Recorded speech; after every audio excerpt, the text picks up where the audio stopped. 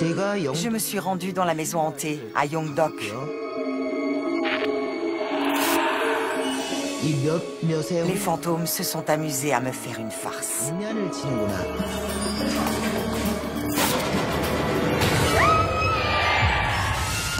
J'adore ce genre d'histoire, les histoires de fantômes. Beaucoup de gens ont été torturés, beaucoup sont morts. On a entendu une voix. Les histoires sur des endroits soi-disant interdits, déconseillés. Je ne suis pas un chasseur de fantômes. Les peurs, les superstitions cachent toujours une autre histoire. Une histoire vraie.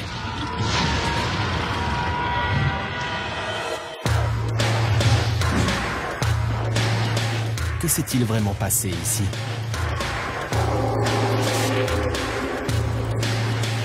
Si vous le saviez, entreriez-vous quand même?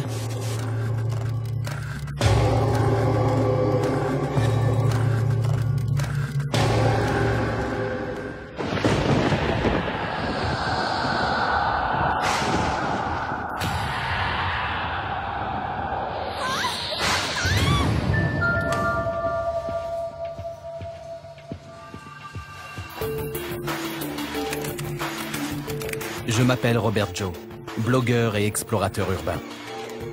La Corée est mon pays natal. Récemment, j'ai entendu toute une collection d'histoires de fantômes associées à une maison abandonnée, dans un petit village de pêche de la côte de la Corée du Sud. Je ne crois pas aux fantômes. Ma théorie, c'est que les endroits où l'on signale un grand nombre de phénomènes paranormaux ont souvent un point commun. Un événement ou une tragédie bien réelle enfouie quelque part dans le passé. Ça, c'est une enquête à laquelle je ne peux pas résister. La réputation sulfureuse de cette maison attire un flot ininterrompu de chasseurs de fantômes amateurs.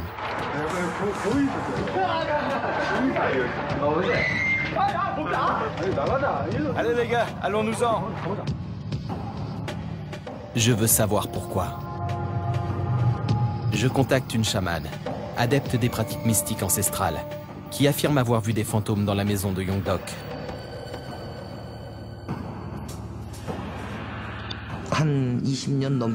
Je suis chamane depuis plus de 20 ans. Quand des esprits maléfiques veulent se venger ou chasser quelqu'un, j'exécute des rituels pour les en empêcher.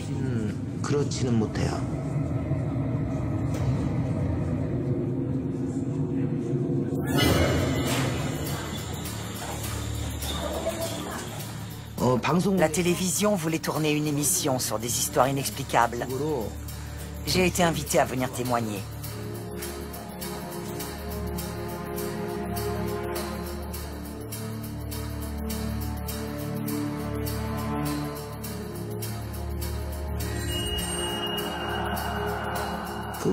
J'ai entendu des bruits étranges, comme des pleurs de femmes. Je me suis dirigé vers eux.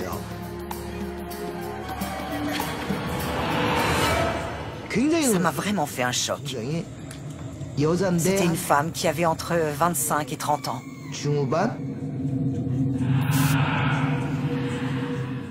La lassitude se lisait sur son visage, et ses yeux étaient si luisants qu'on distinguait à peine ses pupilles.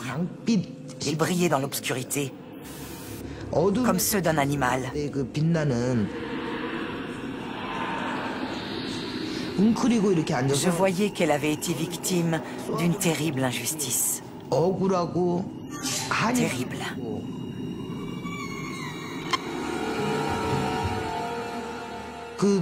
J'ai senti une douleur dans la tête.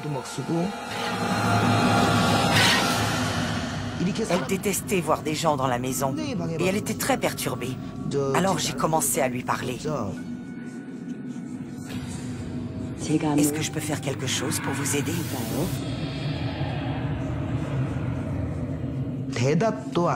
Mais elle n'a pas répondu.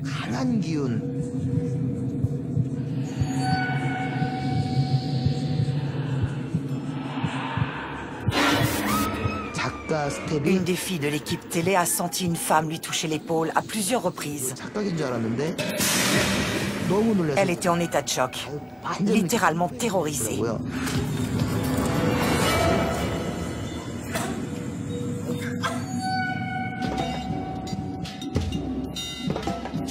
Les rumeurs d'apparitions fantomatiques associées à la maison sur la colline sont nombreuses.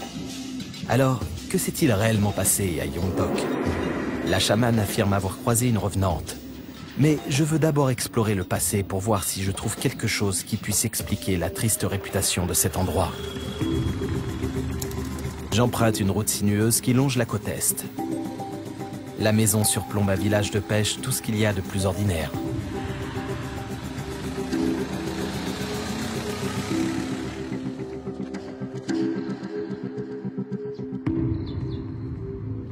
Je gravis la colline, en m'étonnant de ne pas croiser âme qui vive.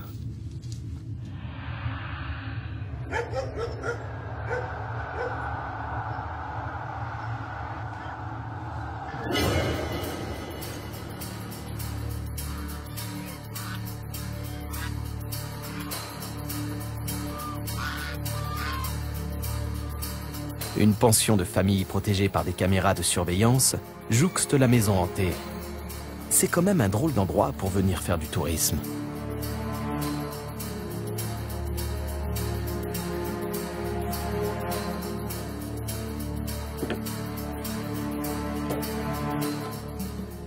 Bonjour.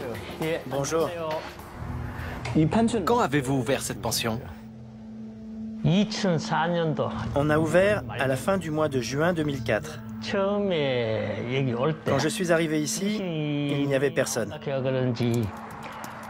Sans doute à cause des rumeurs de fantômes. Il n'y avait aucune habitation. C'était propre et l'air était frais. Alors j'ai décidé de m'y installer. Quelles sont les rumeurs au sujet de cette maison? On raconte qu'il y a une jeune fille qui s'est pendue là-bas. Avec toutes ces rumeurs, personne ne voulait habiter ici. Et on a pu acheter le terrain à bas prix. J'ai moi-même aidé à les répandre, mais ce ne sont que des rumeurs. Et j'ai eu la chance d'en profiter. Qu'elle repose sur des faits réels ou fasse simplement partie de la légende de la maison hantée, cette histoire de suicide n'en reste pas moins une excellente source de revenus pour les voisins. Voici la maison de Yongdok. Je viens d'arriver. Je vais aller jeter un œil à l'intérieur. Quelqu'un a tagué une ligne de 4 là-haut. En coréen, c'est synonyme de mort.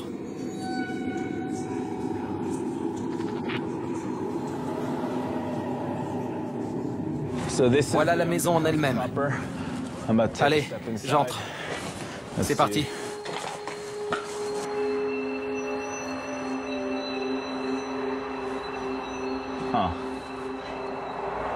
Ici, quelqu'un a écrit « Sérieusement, n'entrez pas ».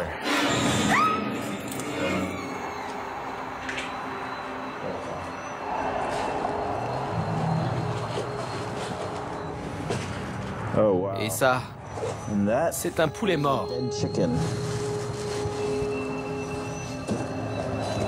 On dirait qu'il est collé. Ça a l'air assez récent. Je ne sais pas si ça veut dire qu'on a pratiqué un rituel. Ça a peut-être un rapport avec les chamans.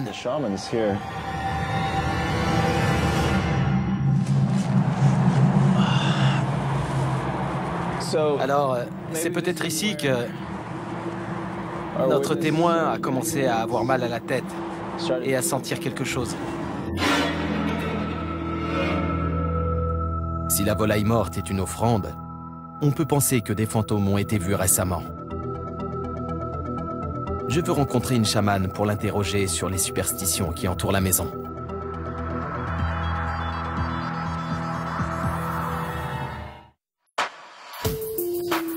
Je suis venu dans le village de Yongdok, sur la côte est de la Corée du Sud, pour enquêter sur une maison perchée sur une colline et considérée comme une des plus hantées du pays. Une chamane coréenne m'a affirmé avoir croisé une revenante aux yeux étincelants. Et d'après le voisin, la rumeur raconte qu'une jeune fille se serait pendue dans la maison. Lors de ma première visite sur place, j'ai découvert d'étranges graffitis et un poulet mort qui semblait provenir d'un récent sacrifice chamanique. Je me demande si les chamans pourront me dire ce qui s'est passé ici.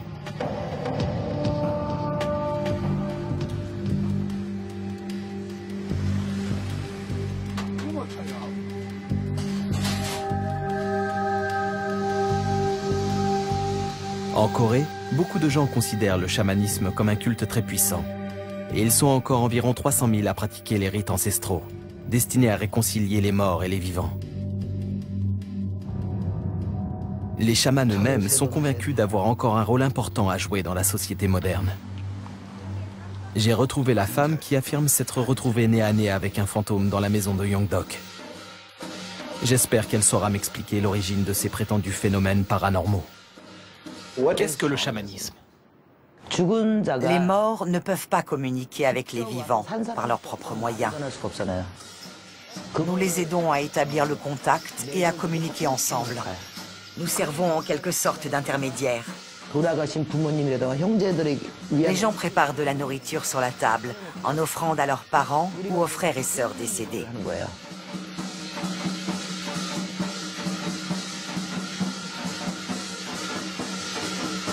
Le chamanisme a-t-il encore sa place en Corée? Il occupe un peu la même place que la piété filiale. En Corée, les gens pratiquent le confucianisme et rendent hommage aux ancêtres. Toutes ces croyances relèvent du chamanisme.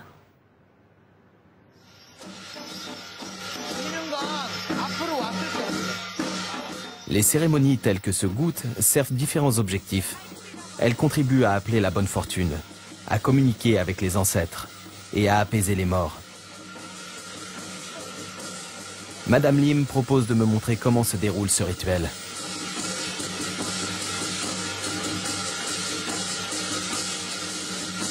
Elle m'explique que son corps devient un réceptacle utilisé par les morts pour entrer en contact avec les vivants. Puis elle se met à brandir des couteaux affûtés pour exhiber son pouvoir et son courage à d'éventuels esprits malfaisants.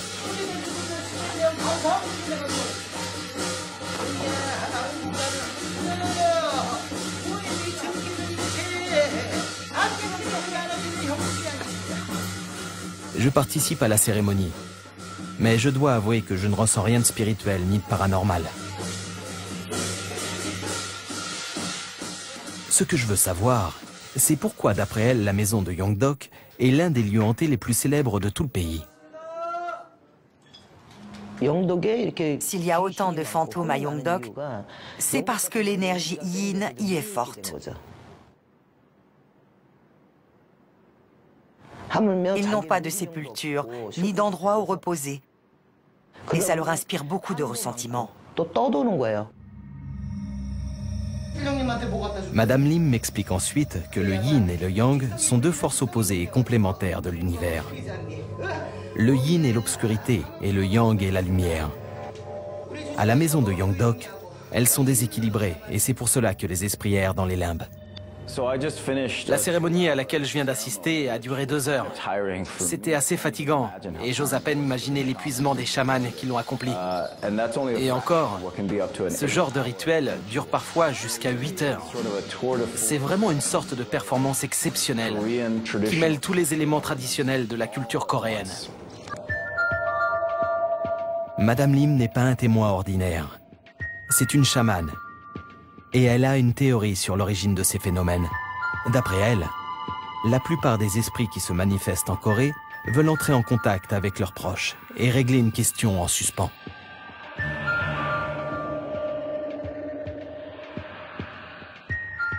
Qui vivait ici? Le mystère autour de cette maison est-il lié à quelque chose qui leur serait arrivé?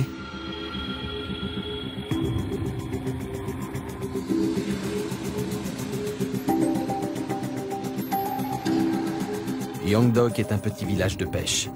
Et je suis sûr qu'en interrogeant les gens du coin, je ne tarderai pas à en apprendre plus sur les habitants de la maison et sur leur histoire. Excusez-moi. Bonjour. Je cherche des informations sur la maison hantée de Yongdok. La maison hantée de Yongdok? Oui. Il y a un homme qui s'appelle Han Do-jun et qui travaille là-bas, sur le port. Il pourra vous répondre. Han Do-jun? Oui. Merci.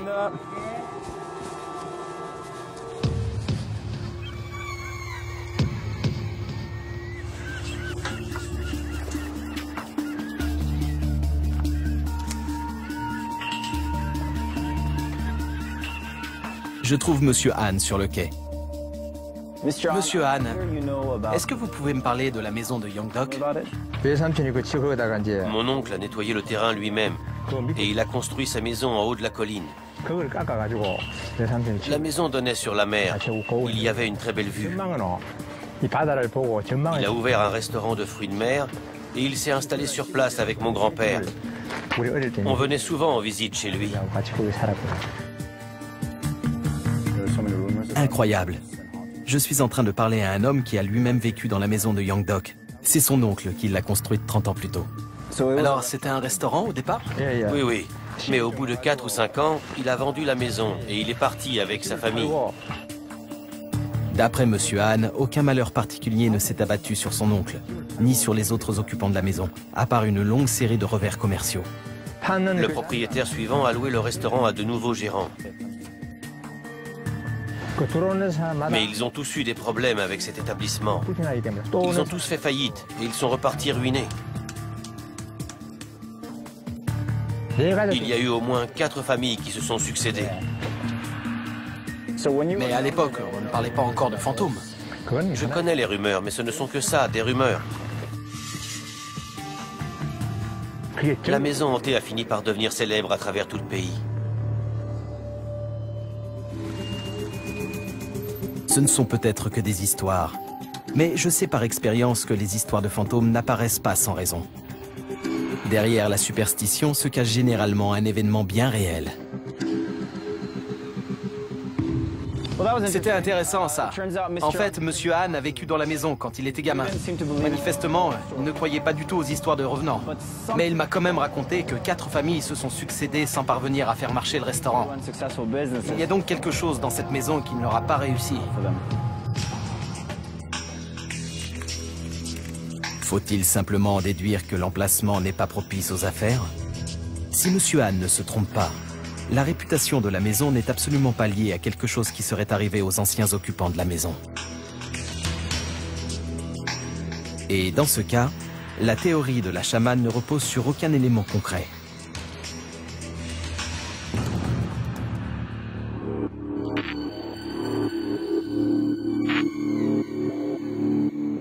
Je décide de retourner à la maison pour essayer d'y découvrir d'autres indices.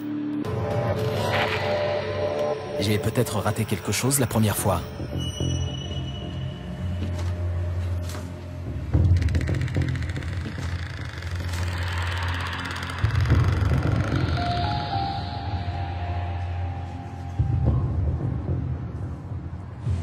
C'est sans doute ici qu'on faisait dormir les invités. On comprend que des gens aient voulu construire leur maison ici. La vue est incroyable.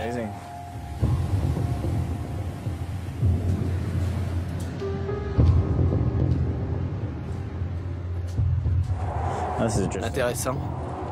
Il y a écrit « En construction ». Et il y a un numéro de téléphone et un nom qui ressemble à celui d'un moine. Le numéro a l'air assez récent.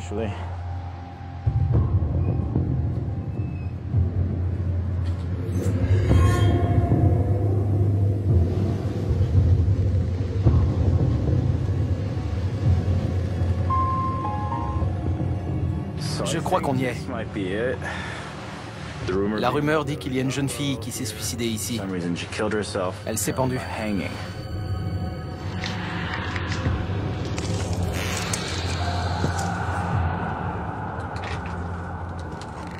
Je ne sens pas vraiment de présence paranormale, mais cet endroit me file la chair de poule.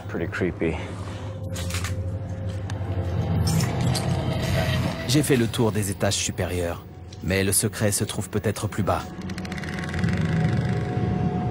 Il est temps de descendre au sous-sol.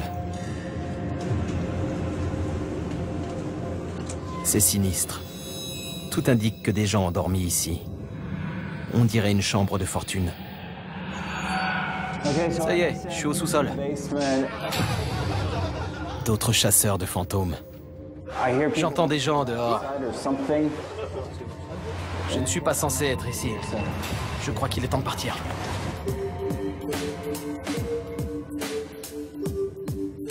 Je suis à court d'idées. J'ai bien l'impression de me retrouver dans une impasse. Après avoir discuté avec une chamane qui affirmait que la maison était infestée d'amérantes, j'espérais trouver un lien tangible entre les anciens occupants des lieux et les phénomènes paranormaux. Mais d'après Monsieur Han, le neveu de l'homme qui a construit la maison, il n'y a aucun rapport. En désespoir de cause, j'appelle alors un numéro de téléphone que j'ai trouvé sur place. Il y a un numéro de téléphone et un nom qui ressemble à celui d'un moine.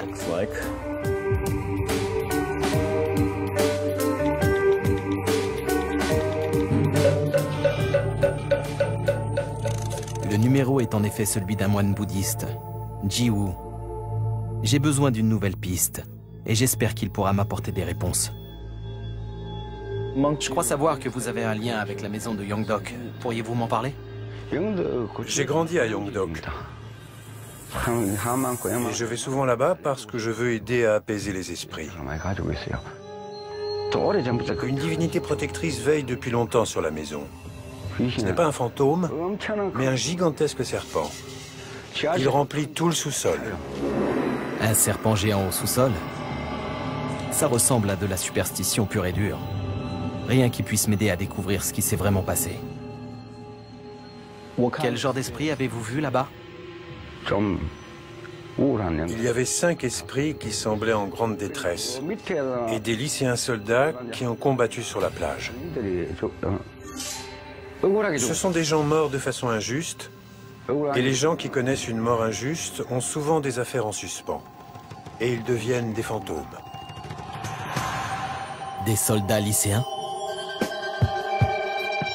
D'après le moine, les esprits qui hantent les lieux sont ceux des personnes mortes dans des circonstances injustes.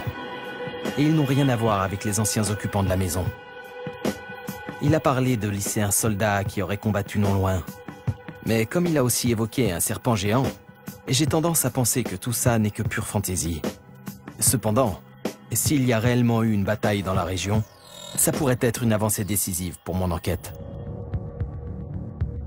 Je commence à mieux comprendre comment les chamans et les moines perçoivent cette histoire.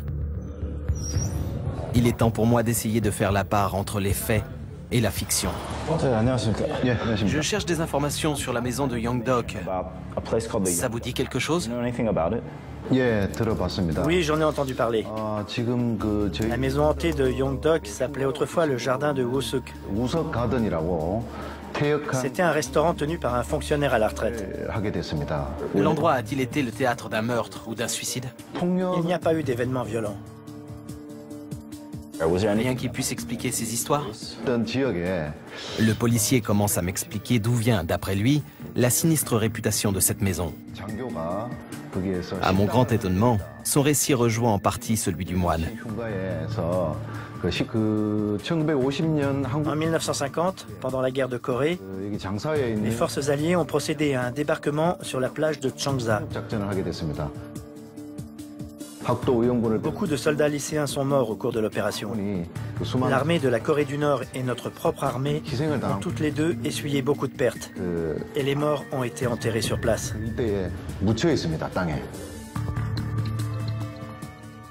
Je viens de parler avec un inspecteur, et malgré toutes les rumeurs qui entourent la maison, il ne semble pas y avoir de traces d'un meurtre, d'un suicide ou d'un quelconque épisode violent, sauf si on remonte à la guerre de Corée. Apparemment, il y a eu une bataille qui s'est déroulée juste en face de la maison, sur la plage elle-même. Une bataille particulièrement sanglante qui a fait beaucoup de victimes. C'est énorme. Si tout indique qu'il n'y a jamais eu de mort violente à l'intérieur de la maison, pendant la guerre de Corée, plusieurs lycéens soldats auraient en revanche péri, non loin de l'endroit où elle a été bâtie. Et à en croire la police, ils sont enterrés sur place. J'ai trouvé une autre chamane qui a elle-même vécu dans la maison et qui affirme y avoir rencontré des fantômes de soldats.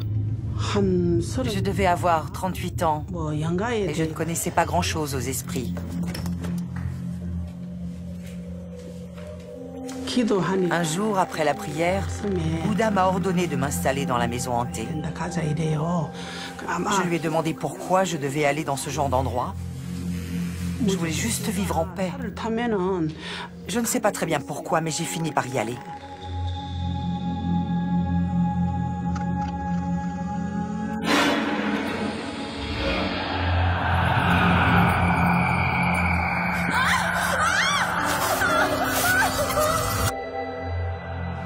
En entrant, j'ai vu des lycéens soldats qui ont promis de veiller sur moi et de me respecter.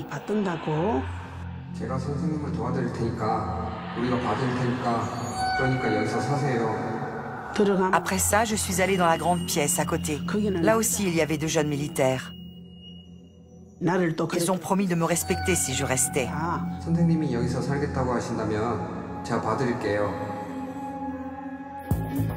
La chamane dit avoir vu les fantômes de lycéens soldats. Et le moine a fait allusion à des soldats et à des gens qui avaient connu une mort injuste. Mais quel genre d'armée enrôle des lycéens? J'ai essayé de retrouver la trace d'un drame familial qui se serait produit dans la célèbre maison hantée de Yongdok, mais j'ai fait chou blanc.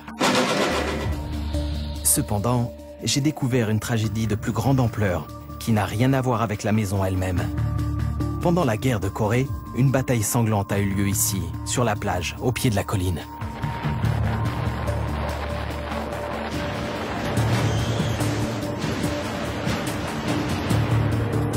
Certaines personnes pensent que des âmes tourmentées hantent les lieux. On m'a également dit que des corps sont enterrés sur la colline où se dresse désormais la maison. Les morts ont été enterrés sur place.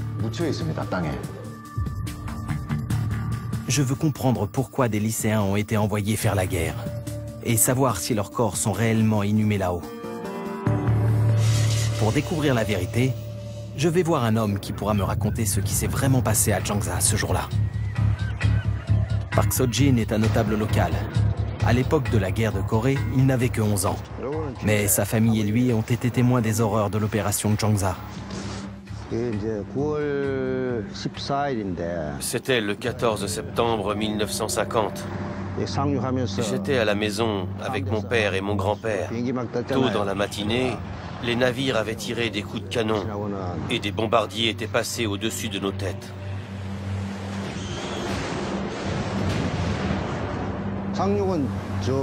Le débarquement a eu lieu de l'autre côté de la colline, sur la plage de Changsa. Les lycéens soldats se sont emparés du sommet de la colline. Et les troupes nord-coréennes ont couru en haut de cette autre colline, là-bas. Et ils couraient très très vite. Après avoir débarqué, les soldats ont aussitôt livré bataille.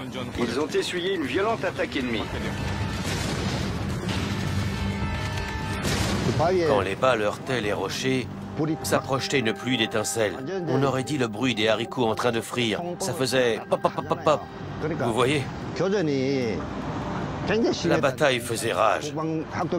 Les lycéens et les Nord-Coréens se tiraient dessus. On entendait des coups de feu partout dans les collines.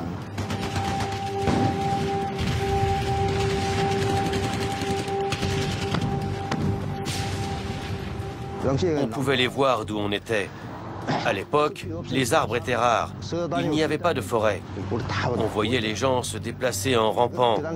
Les soldats alliés ont été obligés d'enterrer temporairement leurs morts là-haut, juste en dessous de la maison hantée.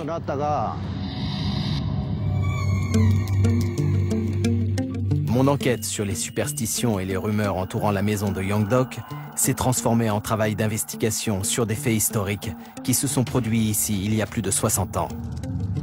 Sur la colline où se dresse aujourd'hui la maison, une bataille s'est déroulée. Et d'après les habitants du coin, des lycéens morts au combat ont été enterrés sur place. Qui étaient ces jeunes soldats ? Contrairement à nos prévisions, ils ont occupé Séoul en 3 jours. Il ne s'agit plus ici d'une maison hantée, mais d'une guerre. La guerre de Corée, qui a divisé un pays en deux et fait plus de 2 millions de victimes. Pourquoi ces jeunes garçons portaient-ils l'uniforme? Étaient-ce des recrues ou des volontaires? Je prends contact avec le colonel Donald Booth, grand spécialiste de la guerre de Corée. Lors de leur première attaque, les Nord-Coréens sont parvenus à prendre Séoul. Les forces de la République de Corée et les troupes des Nations Unies sont donc passées à l'offensive pour repousser les Nord-Coréens hors de Corée du Sud.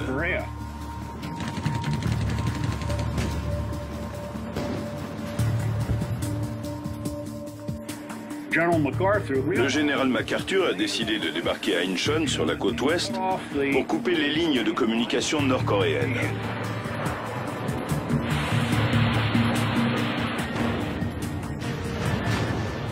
Est-ce qu'il y a eu des combats dans la région de Yeongdeok?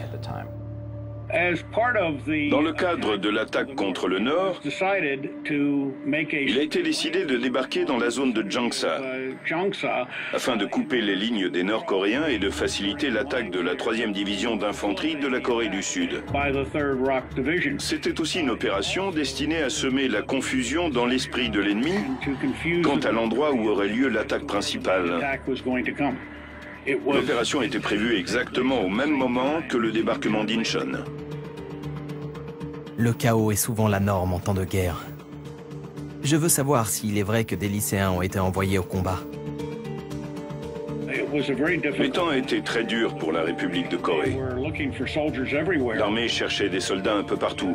L'unité qui a conduit l'opération de Jangsa se composait d'environ 800 jeunes hommes, dont certains étaient en âge d'aller au lycée. Des soldats encore au lycée partant se battre pour sauver leur pays. Voilà qui paraît héroïque. Mais pourquoi cet épisode est si peu connu? L'opération Incheon a été un véritable succès, et il se passait beaucoup d'autres choses à l'époque. L'opération de Jangsa a été plus ou moins oubliée.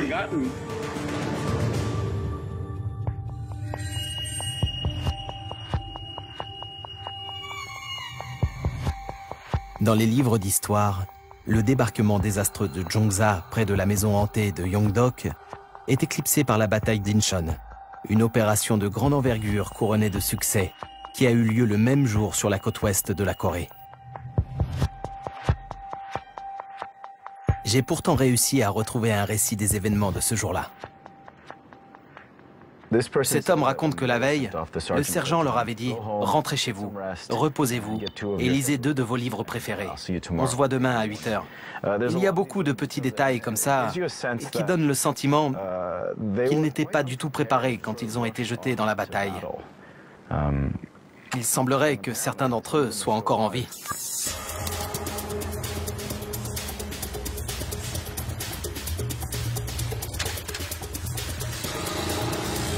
J'ai retrouvé la trace de 2 lycéens de l'époque qui ont participé au débarquement de Jangsa. Eux pourront me dire ce que je ne trouve pas dans les livres.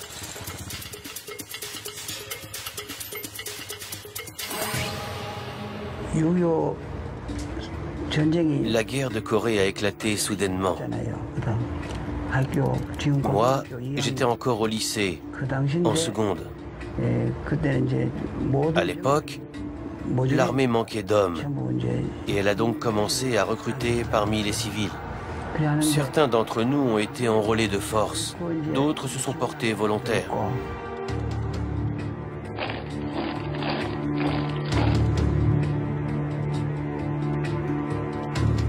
Le 13 septembre, vers 15 h, on est monté à bord de la barge de débarquement. Avant de partir, le sous-chef d'état-major de l'armée nous a dit « Tant que les Nord-Coréens ne reculent pas, vous pouvez sauver votre pays en sacrifiant votre vie. » Quand on a quitté le port de Busan, il y avait des centaines de navires de guerre qui couvraient nos arrières. On était très jeunes et on se prenait pour des héros. Mais au coucher du soleil, on a regardé derrière nous et il n'y avait plus personne. Les survivants sont convaincus qu'ils ont servi de leur. D'après eux, l'opération Jangsa avait pour objectif de détourner l'attention de l'état-major nord-coréen du débarquement qui avait eu lieu sur la côte ouest, à Incheon. À Jangsa, ces lycéens sous-armés et mal entraînés se sont retrouvés seuls face aux Nord-Coréens. Dans la région d'Incheon, il n'y avait pas de troupes ennemies et le débarquement a donc été un succès. La 1re division des Marines est entrée dans Incheon. La ville a été reprise presque sans résistance. Les pertes alliées sont légères. Pour que le débarquement d'Incheon soit un succès, on nous a sacrifiés sous le commandement du général MacArthur. Pendant le trajet en bateau, on a essuyé un véritable typhon, avec des vagues qui faisaient 5 à 6 mètres de haut. Cette tempête a joué un rôle déterminant dans la catastrophe. Les lycéens étaient censés débarquer un peu avant le lever du soleil. Au lieu de quoi, ils sont arrivés de jour, faibles et mal préparés, sous les yeux de l'armée nord-coréenne. Certains se sont noyés avant même de toucher la terre ferme. L'avant de la barge est resté coincé et au même moment, les balles ont commencé à pleuvoir depuis le rivage. On était attaqués. Que pouvions-nous faire? Si on était resté sur place, le bateau aurait coulé et on serait tous morts. Alors on a dû tous partir. Mais la plage est totalement à découvert. Comment avez-vous fait? On a creusé le sable jusqu'à avoir les doigts en sang pour faire des trous et se cacher dedans. On s'est battu pendant environ 5 heures sur la plage. Nos armes avaient pris l'eau, si bien que les balles ne partaient pas. Tout ce qu'on avait pour se nourrir, c'était 3 sacs de poudre de céréales, tellement mouillées qu'elle était immangeable. Savez-vous combien il y a eu de morts ce jour-là? D'après ce que j'ai vu pendant qu'on battait en retraite, je dirais environ 300. Où sont-ils enterrés? Tout ce que nous savons, c'est que le chef du village a fait rassembler les corps pour les mettre en terre. D'après ce qu'on a entendu dire, il y aurait 90 personnes enterrées là-bas, en bas de la colline. On a demandé à l'armée d'exhumer les corps, mais on n'a pas eu de réponse. Tout est resté en l'état.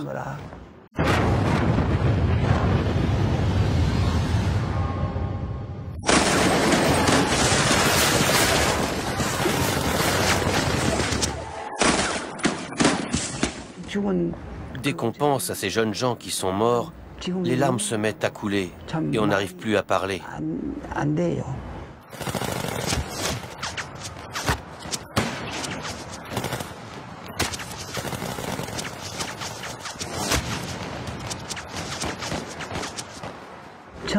Ces garçons sont partis à la guerre et ils sont morts. Ils n'avaient pas de parents, pas de pays. On ne sait rien d'eux.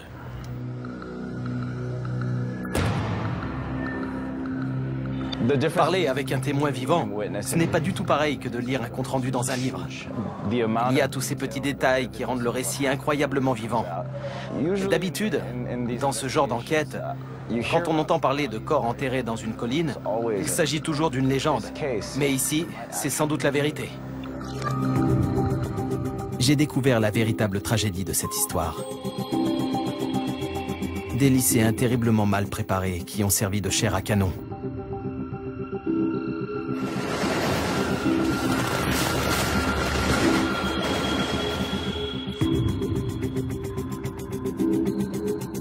Ils n'avaient aucun moyen de mener à bien leur mission. Certains d'entre eux sont encore enterrés en haut de la colline de Yongdok. Pourquoi leurs corps n'ont-ils pas été réclamés?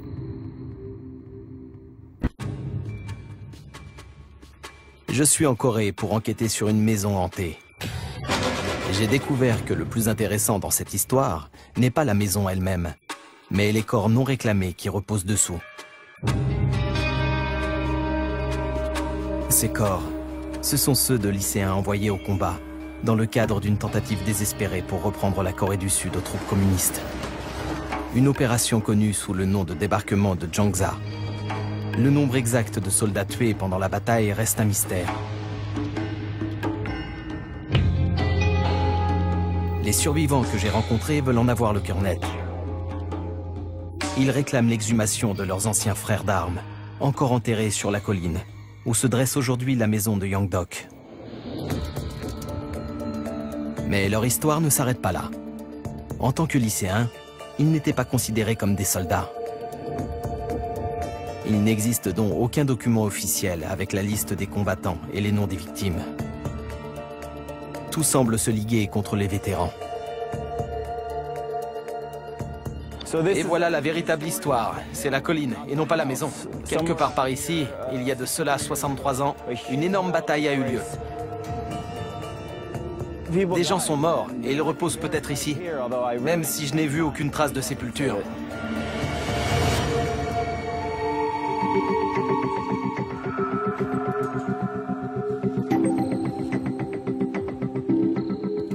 J'ai écrit au ministre de la Défense pour savoir pourquoi les corps de ces jeunes soldats ont été abandonnés au sommet de la colline.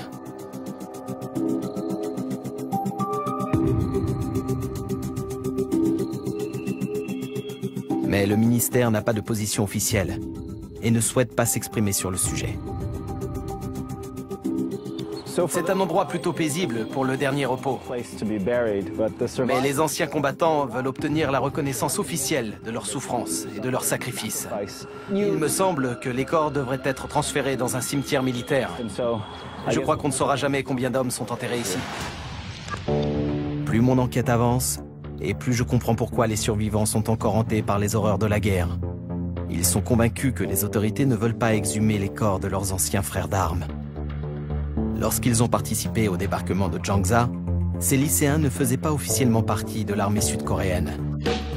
Les événements de cette journée ont été si traumatisants qu'ils ne peuvent en parler sans émotion.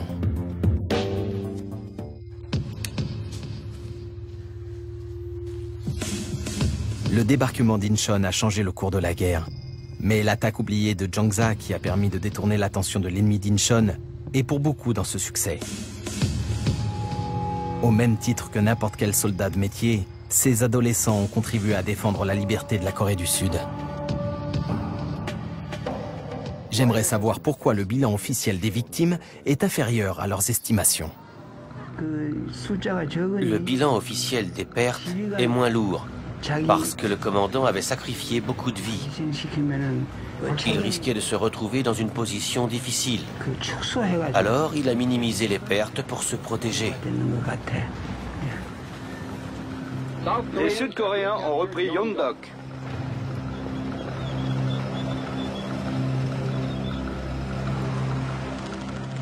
Après avoir tenu nos têtes de pont, nous passions maintenant à l'offensive.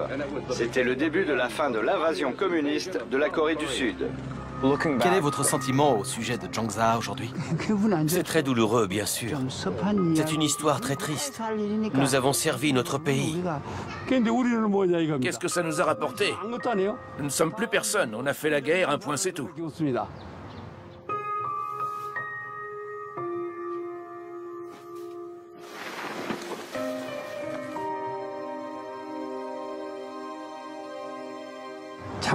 Tout ce que nous voulons, c'est que l'État reconnaisse que nous avons participé au débarquement de Jangsa. Nous demandons à ce qu'on nous rende hommage pour ça. Les Coréens ne connaissent rien de cette histoire. On ne demande pas à être traité en héros.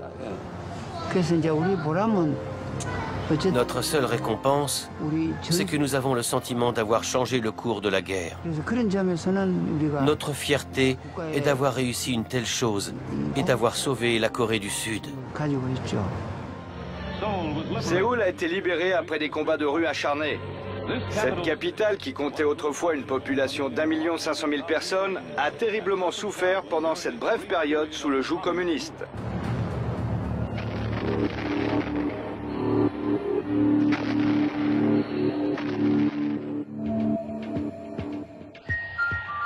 Beaucoup de gens affirment que la maison sur la colline est hantée par des fantômes, l'esprit de ceux qui sont morts injustement. Mais la vérité sur Yongdok n'a rien à voir avec ces légendes et ces superstitions,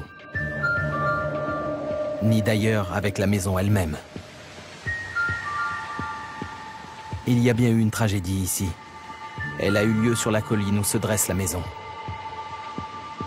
Et la véritable injustice, c'est le sort de ces lycéens mal entraînés, envoyés à la mort face aux combattants endurcis de l'armée nord-coréenne.